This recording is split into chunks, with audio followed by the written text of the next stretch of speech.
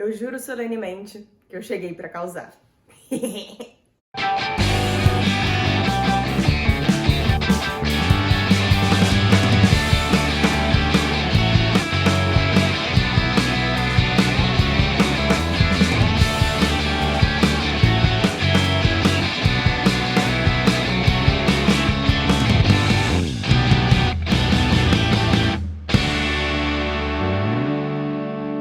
Olá e bem-vindos a mais um dos nossos vídeos na série Harry Potter Não Faz Sentido, aqui no Experimento 237. Pra quem não esteja sabendo, eu tô fazendo uma releitura de todos os livros de Harry Potter e marcando algumas coisas que não fizeram muito sentido quando eu fui reler. Lembrando que eu sou apaixonada por essa série. Harry Potter e As Crônicas de Nárnia talvez sejam as duas séries responsáveis por terem me tornado a leitora que eu sou, mas tem várias coisas em Harry Potter em particular que às vezes não fazem sentido. Então é sempre divertido a gente conversar um pouco sobre elas.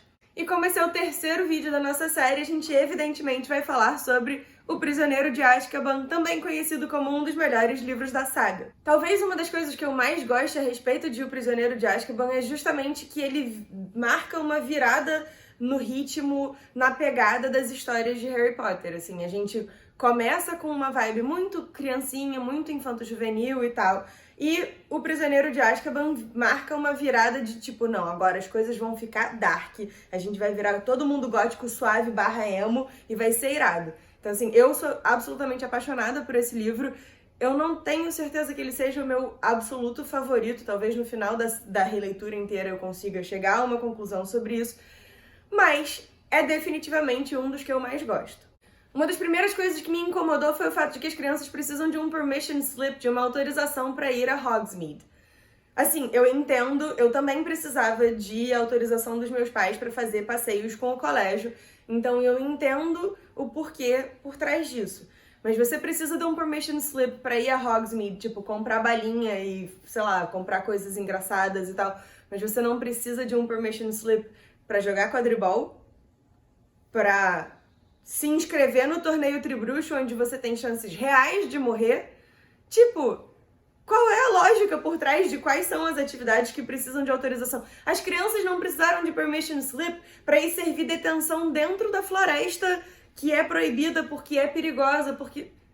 Mas para ir comprar balinha em Hogsmeade e tomar butterbeer, ah não, aí precisa da autorização dos pais. Uma outra coisa que começou a me chamar a atenção também é a inconsistência no uso da magia. A gente tem um segmento em que a Trelawney, a professora de Divination, diz ao Neville, olha, depois que você quebrar essas xícaras que estão com você, porque eu tive uma profecia, uma visão e tal, e eu sei que você vai quebrar elas, pega as azuis, porque eu gosto muito desse set e tal, não sei o quê.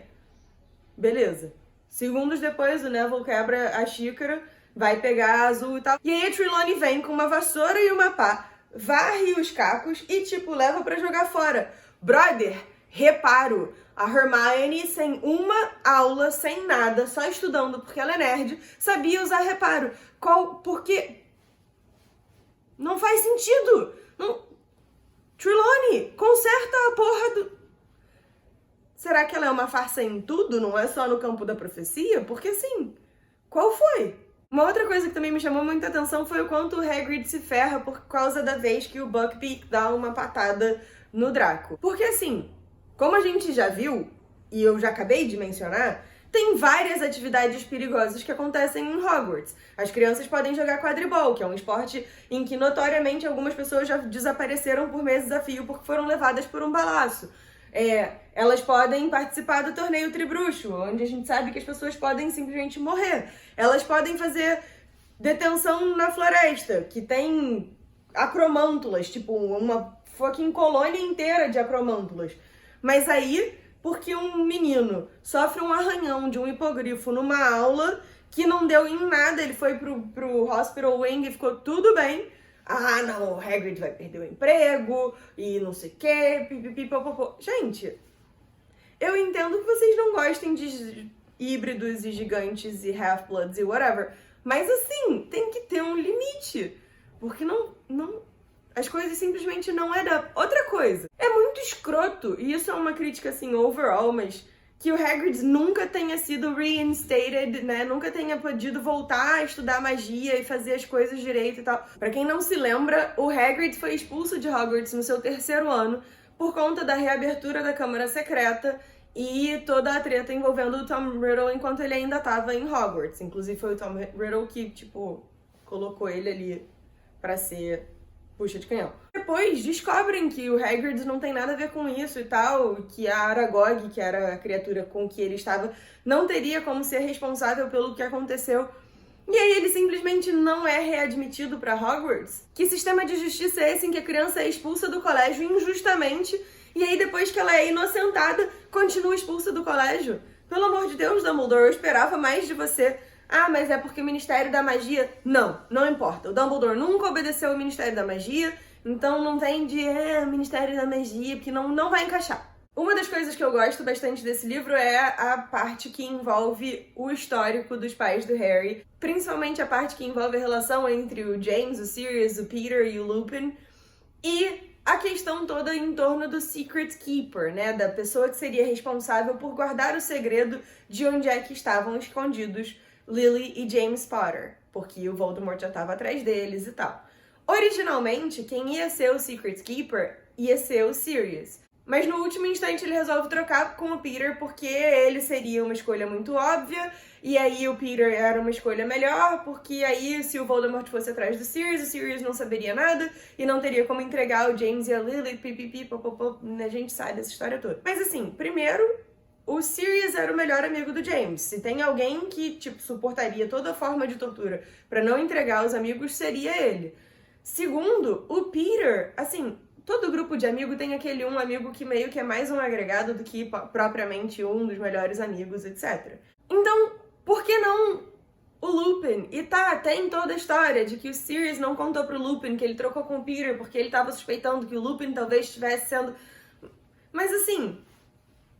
Gente, não faz, nada disso faz sentido. Não aceito, não achei maneiro, não gostei, não. Uma outra coisa que eu não lembrava, já que a gente tava falando do Lupin, é que o Boggart dele, a gente nunca vê no que o Boggart dele se transforma quando ele usa o Ridiculous. E inclusive eu acho que a J.K. Rowling percebeu que ela fez essa cagada, porque no filme a gente tem... No filme, quando o Lupin usa o Ridiculous, quando ele tá ensinando as crianças a enfrentar um Boggart, que acho, salvo engano, chama bicho-papão em português, a Lua, que é o grande medo do Lupin, vira um balão, uma bola de encher que tá esvaziando e vai pela sala inteira. Mas no livro isso não acontece. No livro, dane-se, simplesmente a gente não descobre no que é que o Ridiculous do Lupin se transforma.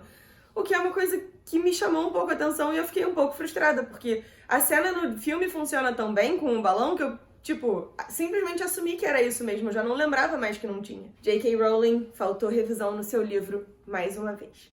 Agora, definitivamente a coisa que absolutamente não faz o menor sentido nesse livro é todo o plot em torno do Time Turner. E não, eu não estou falando da parte específica sobre viagem no tempo e como isso funciona e os paradoxos temporais, porque eu não tenho capacidade mental para processar essas coisas. Eu simplesmente aceito o que o autor falou sobre viagem no tempo e tá bom, porque não vou conseguir. Mas assim, quando a Hermione e o Harry voltam no tempo para tentar salvar todo mundo, igual o Dumbledore falou, a Hermione insiste várias vezes com o Harry que eles estão violando a maior regra da magia.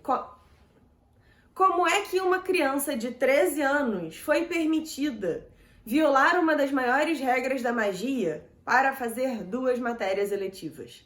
Essa é a pergunta que eu tenho para a J.K. Rowling, para o Dumbledore, para o Ministério da Magia, porque, salvo engano, eles estão envolvidos nessa treta de como é que libera o Time Turner e tal. Então, assim, por que uma criança de 13 anos foi autorizada a violar uma das maiores regras da magia para fazer 2 aulas que ela não precisa fazer só porque ela é nerd? E mais, ela é autorizada a fazer isso para fazer Divination e Muggle Studies, sendo que ela tranca as 2 matérias e continua tendo acesso ao Time Turner. E mais, uma das matérias que ela pegou foi Muggle Studies, em que você estuda história Muggle, a história dos trouxas, a história com H maiúsculo dos trouxas, e como eles sobrevivem sem magia, usando eletricidade, tecnologia e ciência. O que é uma matéria que faz perfeito sentido para os bruxos. Mas a Hermione é Muggle-born. E parte-se do pressuposto de que ela até então tenha vivido uma vida de trouxa normal. Então, pra que ela precisa fazer Muggle Studies? Ah, Nádia, mas você com 10 anos também não sabia ainda toda a história do mundo e como é que funciona a tecnologia. Tá, mas ainda assim, qual foi a lógica por trás de deixar ela fazer essa eletiva, que é eletiva, e todo o princípio por trás de matérias eletivas é que você tem que eleger qual é a que você vai cursar? Sabe, as coisas simplesmente não encaixam e é uma bobagem, mas que me perturba num grau que eu não consigo nem expressar. Porque se a matéria que a Hermione quis cursar extra é eletiva, ela podia simplesmente não ser autorizada a cursar, porque não tem necessidade. Então, me destrói o raciocínio lógico, essa permissão. Simplesmente eu não consigo concatenar como é que isso rolou. Não tem como. Agora, de todas as coisas que não fazem o menor sentido nesse livro, a que as pessoas mais gostam de comentar é a que envolve esse treco aqui. E o fato de que os gêmeos tinham isso a vida inteira, mentira, a vida inteira não, mas por um relativamente longo período de tempo, ou pelo menos um ano, e eles nunca perceberam que o Ron estava sempre com uma pessoa que eles nunca viram, chamado Peter Pettigrew, porque a gente sabe que o Peter estava se escondendo como um rato, porque ele é um rato e ele devia ter passado o resto da vida dele como rato. E ele chegou a ser o rato do Percy antes de ser o rato do Ron. Então ele tá com a família ali há algum tempo. Eu não lembro, no livro meio que fala sobre, mas eu não lembro exatamente quando foi que os gêmeos encontraram o mapa. Mas assume-se que, vamos, assim, para fins da nossa discussão aqui, vamos assumir que eles estejam com o mapa há um ano só. Cara, eles estudam na mesma escola que o Ron.